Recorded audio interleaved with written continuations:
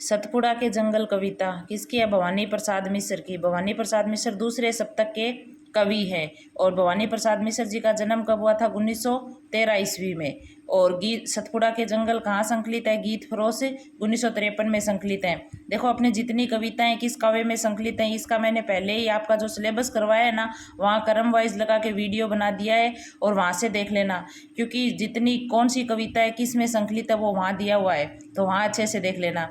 अब देखो अब की बार अपने क्वेश्चन था कि गीत सतपुड़ा के जंगल में कौन सी जाति का कौन से वाद्य यंत्र का प्रयोग हुआ है? तो ढोल का हुआ है। एक बार क्वेश्चन आया था कौन सी जाति का प्रयोग हुआ है, कौन सी जाति आई है? तो कौन सी थी? वो गौड़ जाति थी।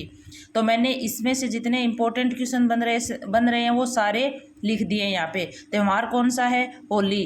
पेड़ या फूल कौन सा काम में इस कविता में आए हैं? महुए गे। अब देखो जानवरों को, क्योंकि अब की बार एक क्वेश्चन आया था कि निम्न जानवरों को क्रमानुसार लगाइए, उसमें था ना कई दिनों तक चूल्हा रोया चाकी रही उदास वो, तो इस हिसाब से इस कविता के भी जानवरों को मैंने लिख दिया है, क्योंकि अगला क्वेश्चन यहाँ से बन सकता है। तो देखो जानवरों का क्रम है सांप, मछली, मच्छर, अजगर, शेर, बाघ, 4 मुर्गे, 4 तितर, हिरण।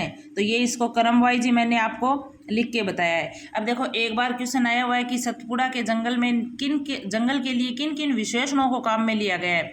तो आपको ये जितने भी विशेषण है ना उसमें काम में लिए गए वो सारे के सारे इसमें लिख दिए हैं। तो देखो कौन कौन से हैं? नींद में डूबे हुए से घिनौने घने, कंप से कनकते, ऊँघते अनमने, कष्ट से ये सने, अजगरों से भरे, गीत से परे, लताओं के घने।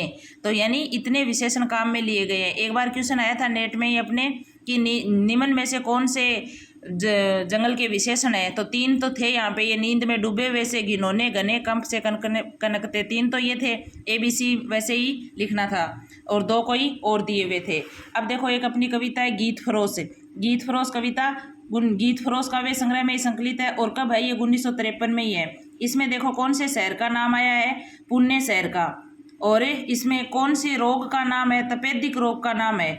और देखो यहाँ पर एक मतलब ईमान के बारे में ये कविता है पूरी। जी लोगों ने तो बेच दिए ईमान, मतलब लोगों ने तो ईमान बेच दिए। मैं तो अपने कवि कह रहा है कि मैं तो अपने गीत ही बेच रहा हूँ, लेकिन फिर भी मुझे बहुत शर्म या लज्जा आ रही है। इस हिसाब से मतलब ये ईमान के ऊपर ही पूरी कविता है। तो मैंने आपको इम्पोर्टेंट बातें दोनों कविताओं की बता दी हैं। दोनों कविताएं भवानी प्रसाद मिश्र जी की हैं।